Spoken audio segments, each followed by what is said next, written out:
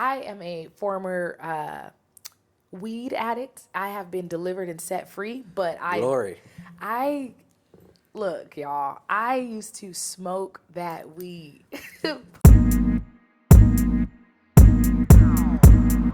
Versus.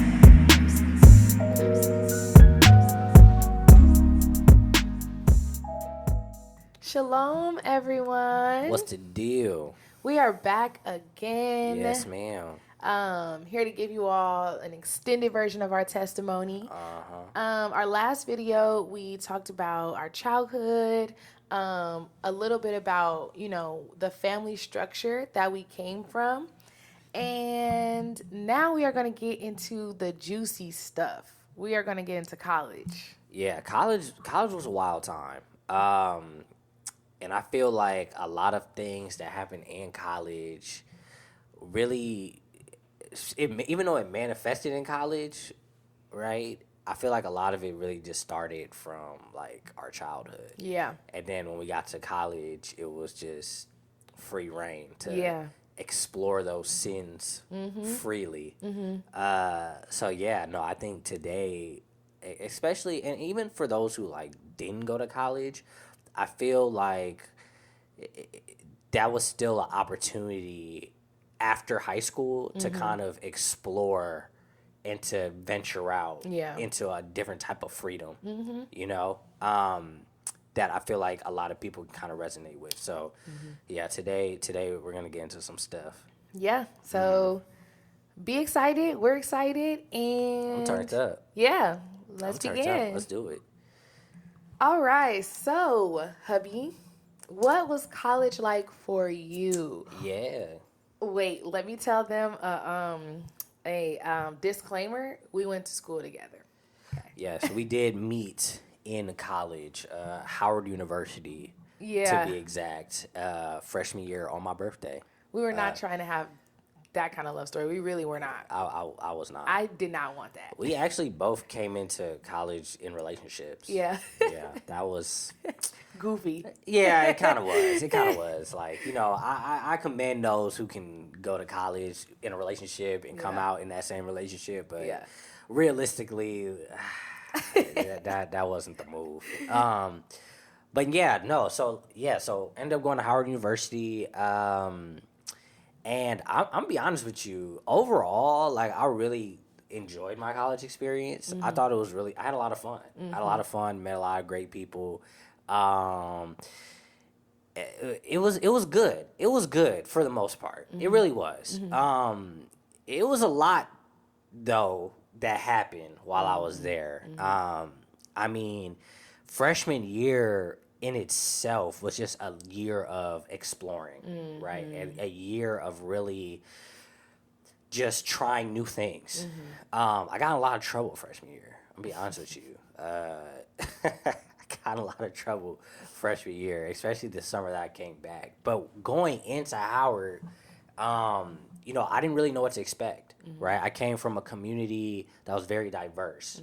And I felt that really what drew me to go to Howard was the fact that, it's HBCU, right? So it's being around a bunch of black people, being around a bunch of people that look like me. I've never really experienced that.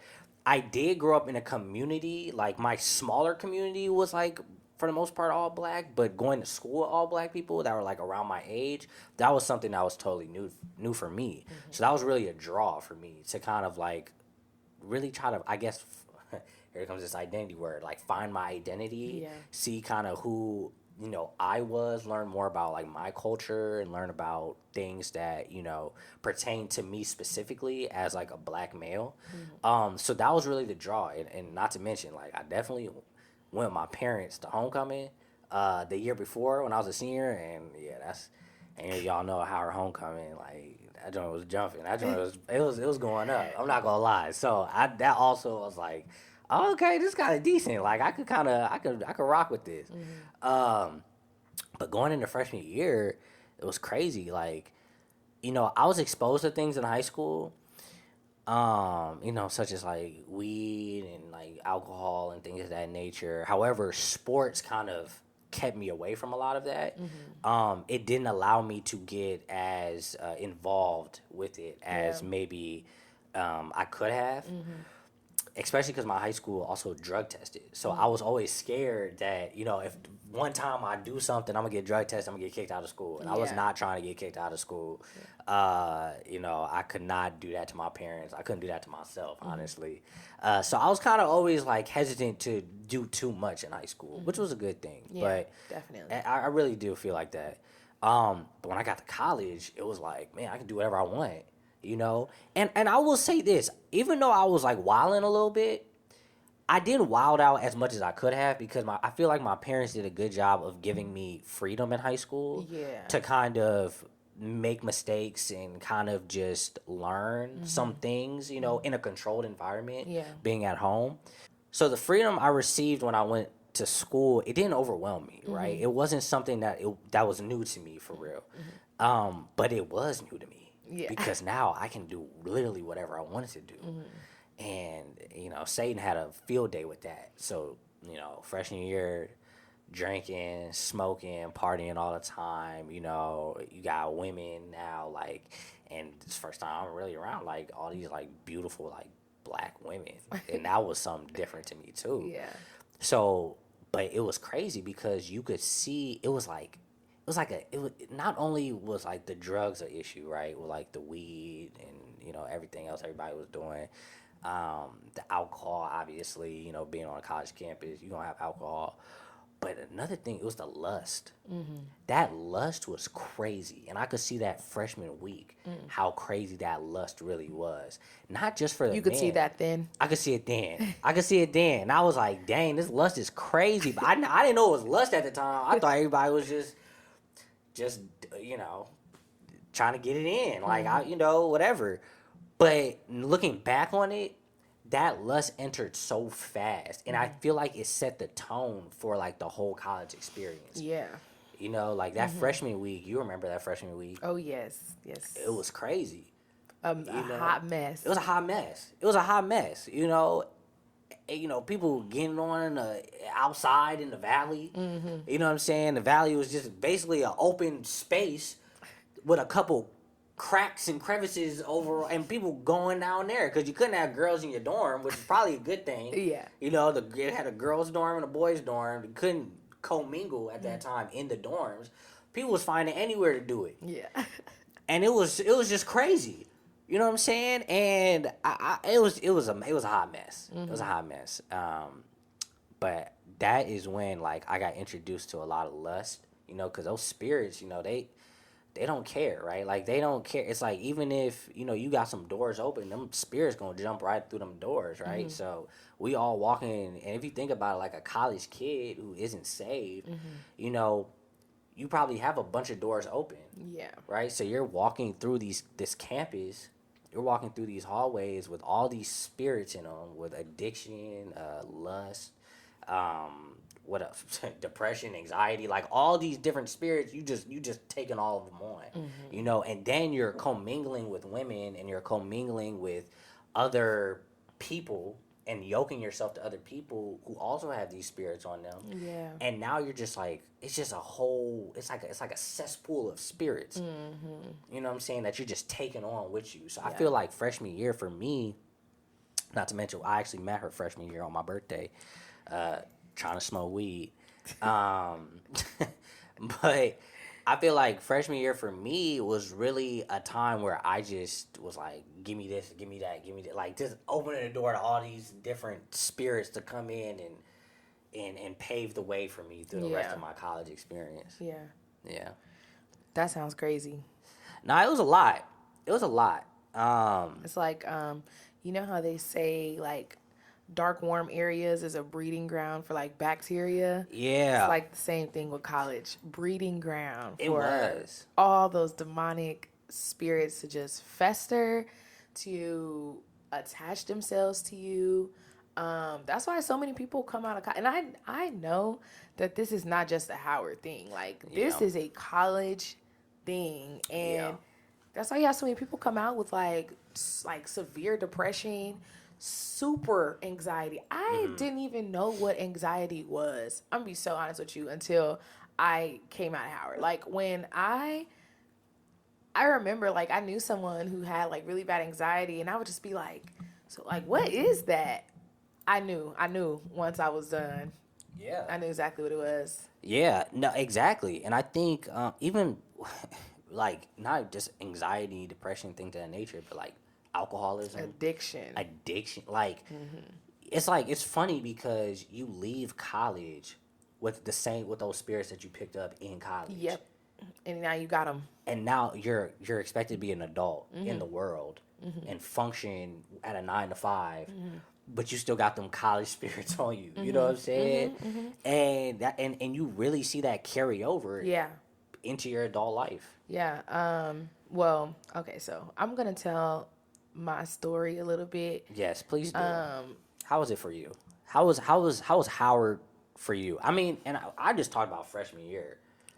So we I can feel see like how you this did can it. go. You did yeah, okay. So go ahead. So for me in high school, which I feel like we're gonna get a little more into later on.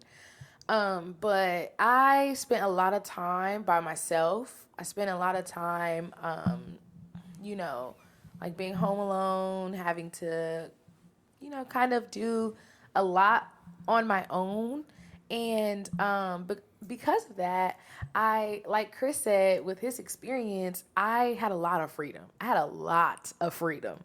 So because of that, I was exposed to a lot, you know? And I was very mature, you know, as a 16, between like 16 and 18 years old. I was very mature.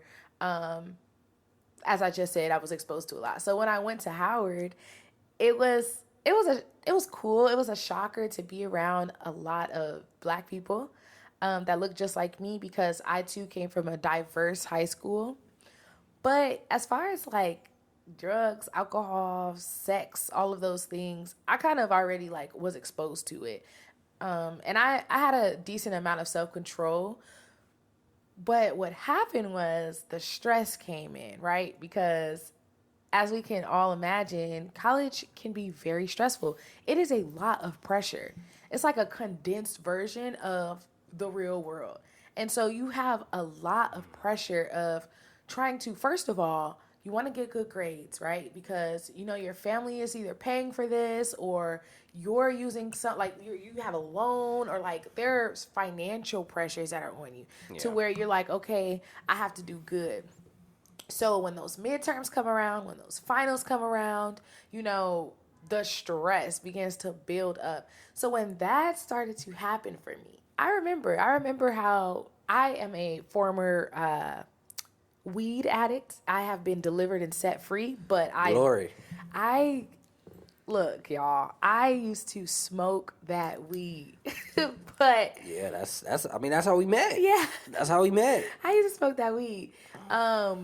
But yeah, so it started for me because of the stress freshman year. And I remember so like true. it was like at first I was just doing it recreationally. Like when I was in high school, people would smoke around me. I wasn't really like with it. I would be like, nah, I'm good. Like I'm not trying to smoke. Or I'll smoke like maybe towards senior year. But when I got to college, it was recreational. We would do it every once in a while for fun. Then it became every weekend. And then me and my cousin, who was my roommate, would be like, oh, shoot, like, what's stopping us from doing it on a week? Right. Like, what? Let's do it on a week. I'm stressed out. I just had this homework assignment that I barely made it on time to. Like, I'm trying to smoke. So then it became a daily thing. Next thing you know, skipping to sophomore year with my now husband, we were smoking 3 times a day. Yeah. Yeah, no, that it was crazy how it matured. Sin maturation is crazy. It's crazy because you're right. Like it really did happen that way. Yeah. It really happened to every once in a while, to the weekends, then eventually a couple days during the week. Then you start realizing you can function. Yeah. And see, that's a trick of the enemy. Yep. Right? Because the enemy really will tell you that, oh, like you're okay. Like look at you, you're still getting good grades. You're still getting your work done. Still you're going to class. Going to class. Yeah.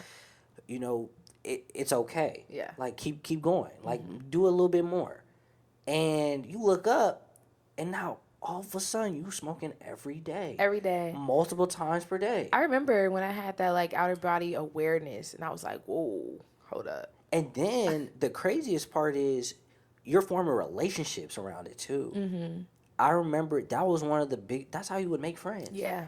You would literally be like, hey man, like you trying to smoke? Hey, you smoke, bro? Everybody smoke. I remember it'd be crazy if someone didn't smoke. Yeah. If someone said they did not smoke weed, Yeah. you would look at them like, what? Like, Yeah. what's wrong with you? What's good with you? Yeah. Like, oh, you're weird. Yeah. Like how are they weird? How are they weird? But that's really how you would look at them. Yeah. So I definitely hate to admit it, but I became a marijuana addict freshman year. Yeah. As far as the lust goes, I feel like this is something that most women struggle with. You know, especially in this generation, especially the examples that we're given, and especially if you do not have God in your life, we struggle with the Jezebel spirit, which we'll get into also later on. Yeah. But and then on top of that, I had daddy issues because my father was not in the home at all. So I'm dealing with that. I'm dealing with the Jezebel spirit. I feel like the way that the spirit was attached to me was through my daddy issues and probably like insecurities as well. So I'm sure I had that I was giving off, kind of like, you know, a sexual, what do they call it in the world? They call it sex appeal. Yeah. I'm sure I had sex appeal, but because I was in a relationship, I do believe that saved me from a lot. Yeah. I feel like it could have been way, way worse. I saw girls do a lot of things that I would have never done, but was actually really happening. Yeah. No, and you know what's crazy about that? Wow, it's a lot that happened, because even with you saying that, seeing girls do things that you see, like my perspective on men was already that like we're dogs. Yeah. You know what I'm saying? I didn't have a high bar for men. I had a higher bar for women, right? But that was kind of destroyed, right, during that freshman year, because I would see how the women were moving. Yeah. The women were moving like the men. So I'm like, wait a minute. And not only that, but now you start ushering in Future, and you start ushering in like these rappers, you know what I'm saying? Like, and that music, and the music during that time was on. Ooh. Like, it was by the world standards good music at that time. You know what I'm saying? But you're listening to that, like you're smoking to that. Yeah. You're bonding over this music that is literally basically ushering in the spirit of hate. Yeah, it was a whole new wave of demonic energy that got ushered in that year. It was crazy. Like that year, it was so much demonic music coming in that now looking back on it, it's like, wow, this really set the standard and the stage for what's out now. Yeah, and renewed my mind to now thinking like about women in a certain light, to where now I'm disrespecting them in my mind. Like maybe not outwardly, but like my perspective on them is low now, to where I'm looking at you as less than. I'm looking at you as like an item. Yeah, as and an you know, object. Like as Yeshua says, those who look at a woman, who even looks at a woman, is committing adultery in their mind, which means that there are transactions that can take place between spirits just by your thoughts. By your thoughts. You know what I'm saying? Yes. So as you were just saying, like the music was causing in a very deceitful way for us to come in agreement with certain spirits with us without us even having to say it. Not even us having to say it. And therefore, you know, one of your favorite sayings to say that you had to get delivered from was what when it came to women? You can spell it. I don't even. You don't have to say it. You used to say you blank blank. You see, like I blank blank. They probably, it starts with an H, right? Yeah. Yeah. I see, See, they probably understand. Nah, go ahead. But that's not me anymore. Exactly. Okay, I know. I used to always say like I hate H's. Yeah. Right. HOES. Yeah, I used to say that all the time. Yeah. And it's to a point where it was like ingrained in me, right? Like every time I would see some foul stuff, I'd be like, man, I hate them. You know what I'm saying? And that is something I really did have to get delivered from, because I really had this outlook on women of in a bad light. You know, I didn't give them the respect. And the thing is, I love my mother. You know what I'm saying? I love my mother. Like my mother didn't do anything to me to where I would even have that outlook or that perspective. But see, that's how the enemy is crafty and gets to you at other ways. Like when he can't get to you through people, he's gonna get to you through or let me say this, when he can't get through you through like your immediate family or your immediate relationships, he's gonna use other people around you, right, that you allow in to then shape your perspective on those type of people. So even though I had a good mother, you know, the women that he brought into my life ended up for them, some a lot of them started doing foul stuff, right? Because I was in relationships growing up, and I feel like that's where a lot of that trauma came in first, through those relationships that I was too young to be in. If we're gonna keep it a buck, you know, that's why sometimes I'm now looking back on it, I'm kind of against like high school relationships, because you have two immature people trying to become one. Yeah. You know what I'm saying? Like, you don't really even understand what love is. You don't really even understand what your role is in a relationship. Yeah. You just like each other, and usually it's out of lust, because, you know, you're going through hormonal changes, and now you're trying to come together, become one. Like, that, it's just not going to work. You know what I'm saying? Like, it's just, the maturity level isn't there to truly have a real relationship. Now, to all those that have high school relationships turn into marriages, that's fantastic. You know what I'm saying? Like, sure is. I'm not saying it can't happen, but I feel like it's just a better chance of somebody getting hurt. Yeah. And I think that's what happened. Taking on like spirits. Taking on spirits, right? Because you jump into something you don't know about. So having that, and then taking that to college, and then seeing the foul play that was happening both with the men and the women, I was like, I'm good off this. Like, everybody foul, everybody like basically hates each other. Nobody's really trying to be in a relationship, you know. And for me, I was always a relationship type of guy. I didn't really want a lot of women, right? So that was never even my type of game. But seeing what I saw, I was like, I'm good off this. So yeah, so it really ushered in that spirit of hate, like a certain hatred I like kind of had for women. You know, where I'm like, y'all grimy, y'all this, y'all that. Like, Sad. it's sad. It really is sad. You know, how the enemy can really play on your relationships, and then use music, and then use like TV, and use like your influences around you to really shape how you perceive, you know, the opposite sex. It was crazy. Yeah, and what's that verse that we were reading earlier this week about your eye gates? So no, we had to go get the word, because we were talking about a verse earlier this week in Luke, right? And I'm gonna read it here. But basically, this all kind of connects to why my perception became darkness, basically, right? So it says here in Luke 11:34, it says, the lamp of the body is the eye. Therefore, when your eye is good, your whole body also is full of light. But when your eye is bad, your body also is full of darkness. Here's 35. Therefore, take heed that the light which is in you is not darkness. I'll read 36 too. If then your whole body is full of light, having no part dark, the whole body will be full of light, as when the bright shining of a lamp gives you light.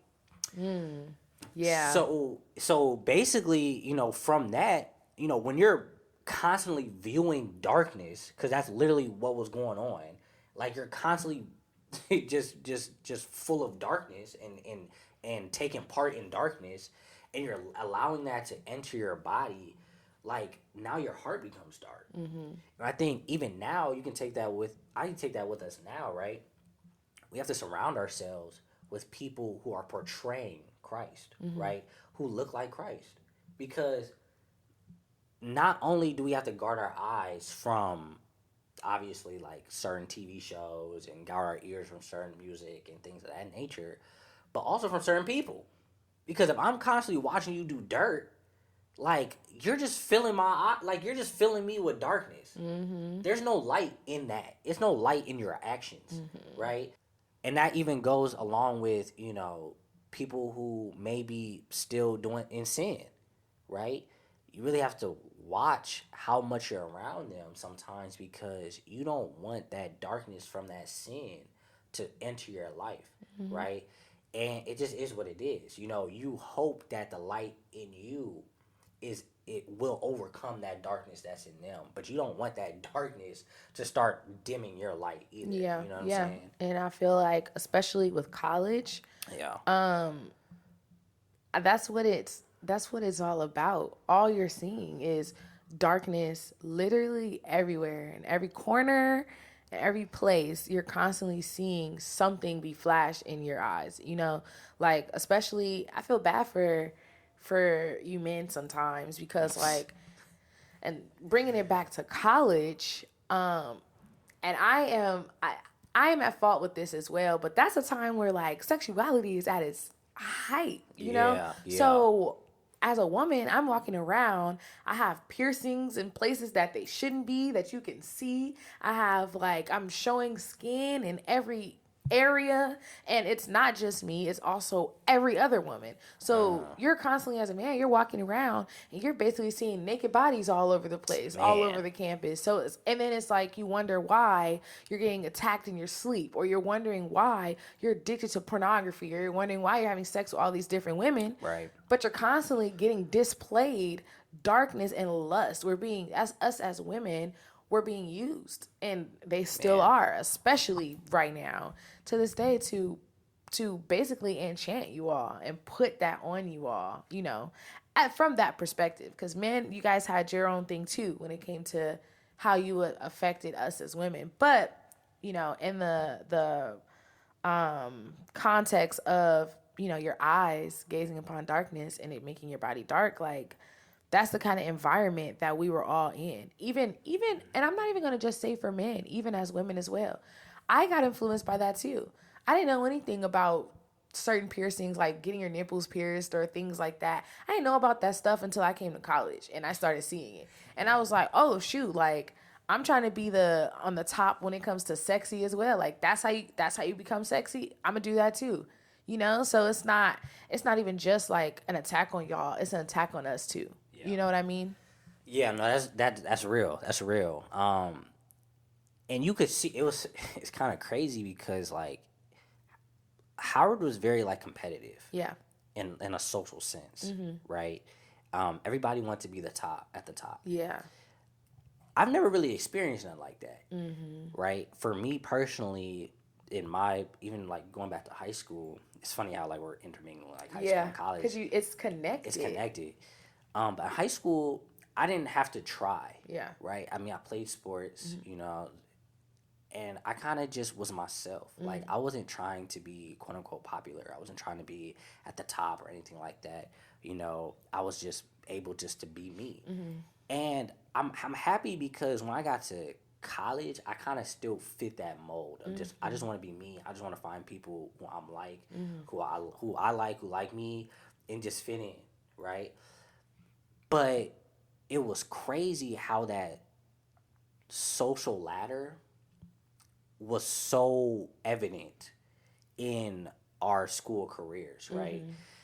And it's like, if you want to be in a certain group, you got to be in this group first. Yeah. Then you got to go to this group. Then you got to know these people, talk to these people so that you can get in this group. And that was basically like Greek life, right? Yeah. For you all that don't know, Greek life at an HBCU, to me, what I noticed, that was more on and popping than athletics. Yeah. By far. Yeah. People knew the people who were alphas, who was the kappas, who was the Q. Sure. People knew these people. Like, these people had more clout than a lot of the athletes on campus, right? For real. A lot of reasons because our athletics weren't that good, but they did their best. No, they were terrible. They did their best. But they were on. So you come on a campus, you immediately like, oh man, like I want to be Greek. I want to be a Greek, right? And for me, like my dad is Greek, right? He was an Alpha, so I grew up in that understanding of like this is what I'm gonna do when I get to college. And we'll get more into Greek life later. Yeah, but this kind of just some background information. But I ended up getting to Howard. I'm like, oh, I'm just gonna be Alpha, right? Not knowing that, oh man, like even though you get online sophomore year, junior year, oh, you got to start off freshman year knowing where to go, what clubs to get into, what people to meet, where to like get connected in. I did not know that. I did not know it was that like in depth. Which is crazy too, because ultimately it's a baby version of like what happens in the real world. Yeah, you know what I'm saying? Yeah. And that's a whole nother story. But you know this too though, like, what? Oh my bad. Go ahead. Dang. My bad. Go ahead. No, start off when you said this. Oh my This a lot. gosh. Go ahead. You hold that thought. Okay, go ahead. Clearly that was a good one. Go ahead. But you know, it's very similar to what happens in the world today, because and that's a whole nother thing that I want to get into. But basically, like all of these systems are all set up. Yeah. You know what I'm saying? Like you got to know people. You know, it's not always based on who you are or what you can do. It's really based on like what you're willing to do to get to know who you need to know so that you can get to these certain places, you know? And that's the thing that has always like messed with my mind when it comes to the American dream, because it's this false idea that you can be whoever you want to be. You can do whatever you want to do. But it's like, no, not really. Not unless you do these certain steps or get in alignment with these certain people. You know what I'm saying? And that was the same thing that I realized along with you at Howard, was like, okay, I can't just be myself and get into certain organizations because of who I am. No, I have to know A, B, C, and D, and I have to do. Let's not even get into the A, B, C, and D. Yeah. Some foul stuff in order to get that kind of stature. And, you know, college is just the breeding ground to make you the opposite of what Yah wants and sees for you. Exactly. And how he organizes and how he handles the kingdom, you know? Because we know, like, if it's for you, it's for you, Yeah. right? And like you said, the kingdom, right? Yah gives us the anointing to accomplish the things that he has set before us to move through, right? He gives us not only the anointing, but he gives us the grace, right? To literally be able to accomplish these things. Yeah. It's not about who you know in the kingdom. It's not about what you've done in the kingdom. If you're supposed to do this, then you're going to do it. Yeah. You know, if this is for instance, if this is a place that you need to be in, you're going to be in that place. You don't have to conform. Yeah. You don't have to be someone that you're not, right? Yah created you exactly who you're supposed to be in him, right? When you take on the identity in Christ, right? That is exactly who you're supposed to be. So that alone is going to get you where you need to go. Yeah. If you need to basically come in agreement with anything that is not of him, then that's not where you need to be. And that's not of him. It's really not. And I think that's one thing that I didn't know at the time. And I was so confused because, man, I'm trying to get into Greek life and I'm trying to do these things. I got the grades, like my dad is one, my friend, like, you know what I'm saying? I feel like I made decent connections and I just couldn't get in. And now that was a blessing, obviously, in disguise, right? I'm gonna be honest with you, that was a blessing. Like, and I thank the Father that he actually kept me from that, because as y'all know, a lot of what's going on now, you know, I'm happy I don't have to be in that situation. Yeah. Right? So it is a blessing. However, at the time, I'm trying to figure out what's going on. Yeah. But also freshman year, what it did to me, and not being able to get into these clubs and get into these organizations, introduced rejection into my life. I never really experienced that. I've always been the one to get into everything I want to get into, make all the teams. Like, but freshman year, I was getting rejected from a lot of things, right? Where it came to internships organizations and clubs, things of that nature, I was not getting in. And I'm like, what is wrong with me? Yeah. You know what I'm saying? And it really showed me like, man, like, okay, maybe I'm not who I thought I was. Yeah. Maybe I'm not good enough. Maybe, maybe people don't like me the way I think they like me and stuff like that. So it really brought a lot of rejection to me and a lot of self-doubt. Not knowing at the time that just wasn't in the plan. Like, that just wasn't what was for me. Yeah. And he was actually protecting me Yeah. from whatever that was. Because as we know, the word says, like, all things work together for the good for those who love Christ. That's exactly the verse I was thinking of. Yeah, so it's like, even in those rejections, he was protecting me from something. Yeah. Right? It was something that I didn't need to be a part of. It was people that I didn't need to be yoked together with. Yep. It was something that I just didn't need to be in. And that's freedom. It's freedom it's freedom and being able, and that's rest. To be able to rest in the Lord in that way, to where it's like, I can breathe because it's not something that I'm doing wrong. I know, Abba, you are just guiding me. Yeah. You know what I'm saying? But imagine the bondage on the other side of the spectrum that comes with that. Yeah. If you think it's all you, Yeah. if you think it's all based on you and what you have and what you can do or what you have done, that comes with a whole load of stress that us both have personally had to experience because we didn't know. We didn't know that all things work together for the good for those who love him. We didn't know that at that time. So at that time, now we're taking on more spirits. Now that rejection came with anxiety because now it's like, okay, I have to make sure that I'm doing what I need to do so that I don't experience this rejection again, or depression because and this is for me too, because it's like, I got rejected from singing on the gospel choir at Howard.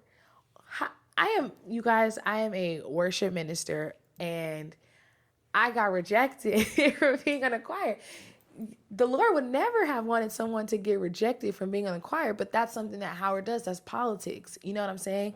And so in that time, now I'm dealing with rejection, like in the way that you were. But now the spirit of depression has come along with that. Because now I'm like, well, dang, like I thought I was a singer. Like I thought that's who I was. Now I feel like I'm not good enough. I can't even get in the choir, So it's like, all these other spirits come along with it because you don't understand that, maybe the Lord doesn't want you to be on a choir with people the whole choir isn't saved. It's just anybody on the team. Yeah. You know what I'm saying? Maybe he didn't want you to be in Howard's church because he didn't want his name to be defamed. He didn't want them to put a spin on who he was and show himself in a light that's false. Yeah. Maybe he wanted you to have a different experience with him. But I didn't have that understanding at that time, Yeah. And so, it's like, it's very powerful in knowing that the Lord is guiding your steps. Yeah, he is. He is. And at the time, you don't know it. Right, you don't know it at the time, especially when you don't know him. Yeah, 'cause I definitely didn't know him. Me neither. How was like your relationship? Okay, so that is kind of like that's like the last thing I kind of wanted us to talk about was like where we were with the Lord. So for me, as you all know, I grew up in a church and everything, so I knew that there was a God. I knew that Jesus and God had something to do with each other. Like I knew that because when I was at church, I heard Jesus and I heard God. So I knew they had something to do with each other. But I didn't know what. I didn't know how I connected. I didn't know any of those things. Freshman year, I actually took drugs, like acid, for the first time in my life. And as a disclaimer, don't do drugs, okay? Don't do drugs at all. Drugs are...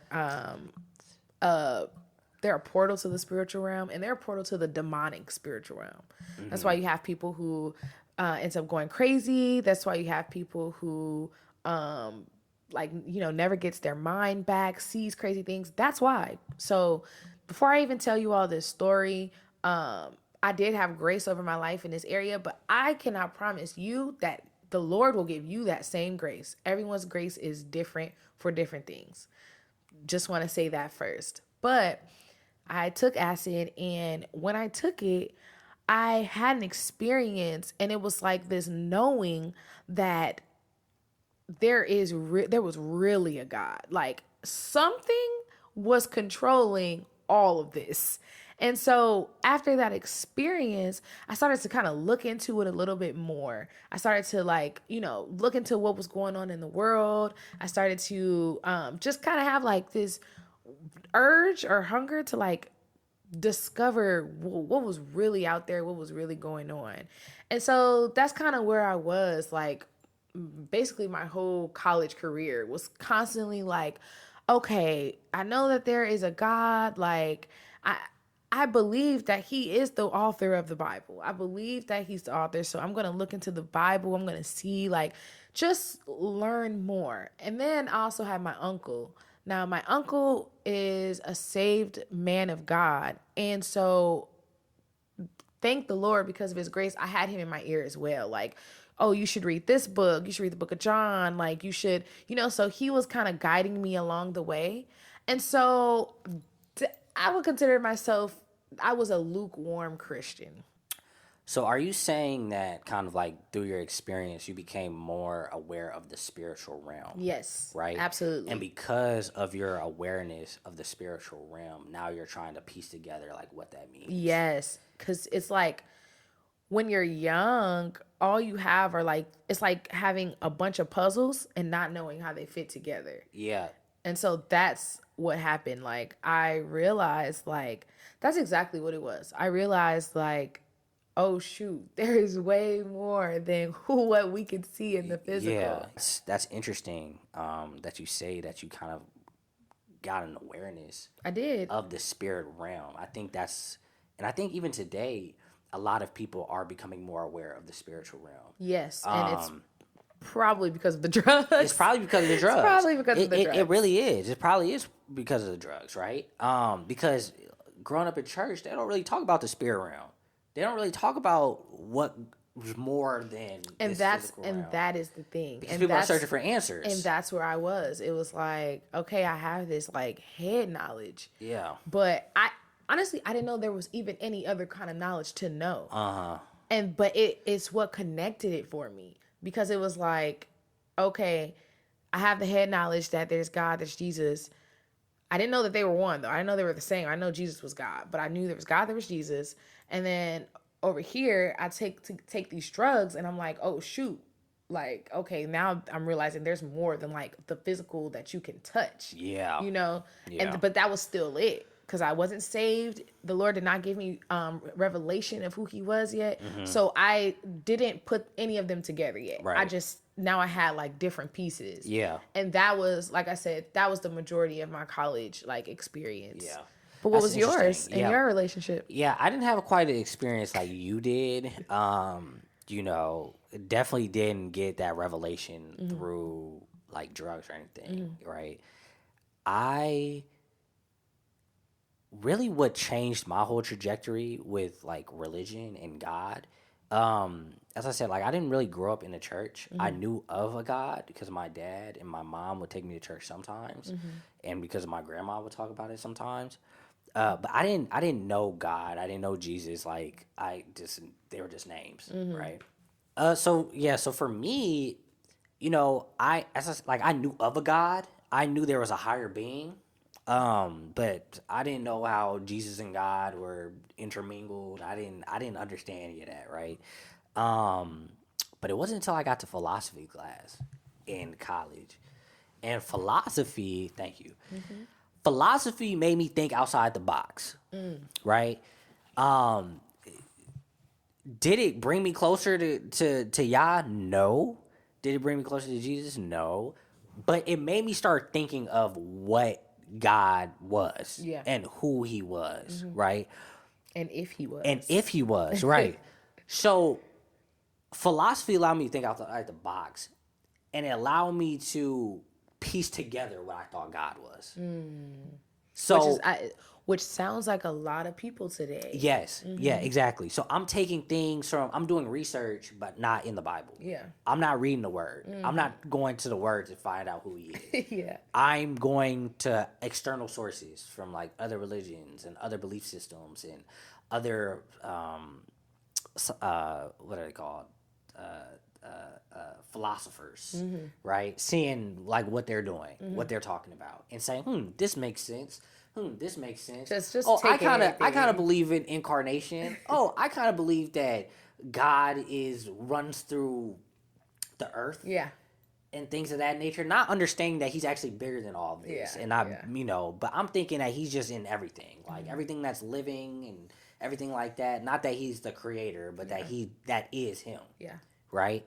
So like I have like this weird picture of who he is to me because it makes sense to me. It's my truth, right, of like who he is, and I thought that was okay, right? I'm like, man, it's whatever. I can create God to be whoever I want him to be. And I like that you said like you created this weird image of him because at the end of the day, we are supposed to be, as renewed and born again believers, we are supposed to be a true reflection and image of who Yah is. Yeah, we're image bearers. But when you're not saved, you have Yah as the image of who you are. Right. And he reflects the brokenness of who you are. Right. And that's how we see him. Instead of myself reflecting the holiness of who he is. Now we have created this, like you said, weird image, which is really just a reflection of who we are. Right, exactly. And I think that's exactly what I was doing. So now I'm walking around and basically,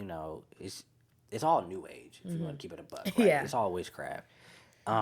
Because now I'm just creating him to be who I want him to be. Yeah. And creating him in an image that is okay with me doing whatever I want to do. Yeah. Right? Because nobody wants to conform to a God. No one wants to conform to a God that where you're now limited. And you're not allowed to have sex and smoke and drink and do all these things. Even though I always knew it was wrong. Yeah, me too. Like when I would watch porn and stuff like that, I would always knew like something isn't right. It was like about this this. shame. It was a shame. It was a certain shame that always fell upon me, right?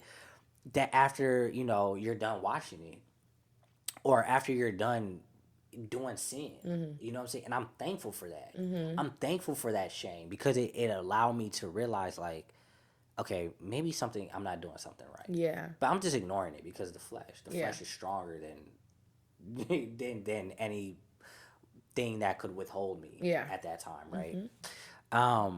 But yeah, so like my image of God was all skewed, but I was searching, right? I would go to Howard Chapel. Right? You would. I would. I remember. I would really go to the chapel and really like I was. You were yearning. trying. I like was yearning. you wouldn't just stay stagnant No. in that. Like I definitely remember that about you, but I feel like also that could be in a way too like spirit of religion because it was like. I'm gonna go to church. I'm just gonna go to church and find my answers instead of having to understand that he's right here with me. Yeah. All I gotta do is pray. All I gotta do is open up my Bible and just start reading. Yeah. I was going to man for the answer. And I'm not gonna lie, like it helped a little bit, right? Going there every once in a while when they would have like good speakers come in and speak and like actual people who were ministers to come in and minister. Sometimes the fact that you have to even say sometimes that. they would have like politicians go up there. It's just a lot of mess. But sometimes it really did speak to my spirit. You know what I'm saying? And I could tell y'all that was a good starting place for me to go. At least the fact that I was getting up and going. Yeah. And not ignoring that that yearning that was in my spirit at the time. Yeah. But yeah, I really was confused. But I will say philosophy did allow me to kind of like step out of the indoctrination, right? I wasn't just believing in someone or something because my parents told me to. Yeah. Now I'm really searching on my own, For yourself. trying to find answers. Yep. I just want the right answer, And that's what I thought it was at the time. Just whatever I wanted it to be. Ooh, that's crazy. Yeah, it was bad. It's crazy good, just to see like how far we've come. Even going back and thinking about like where we were, at that time. Like, man, that was so far from who I am now. And that was, 5 years ago? That wasn't even that long ago.